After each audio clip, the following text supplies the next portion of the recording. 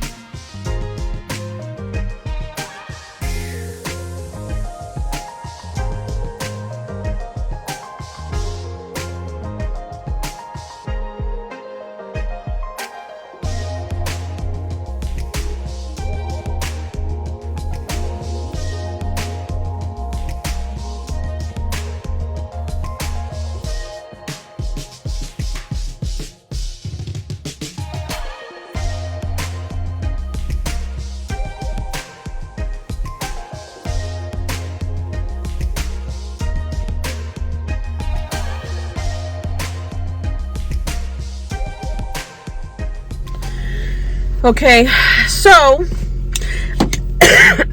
I just took my pictures, and as you can see, it's raining. So I'm letting the car warm up again, and then we are headed into the city. I'm hoping it's not gonna be like this all day. It's not supposed to be like this all day here, but I don't know about the city. And I don't know. I made myself an iced coffee. Why? I don't know. I should have just made a hot coffee, but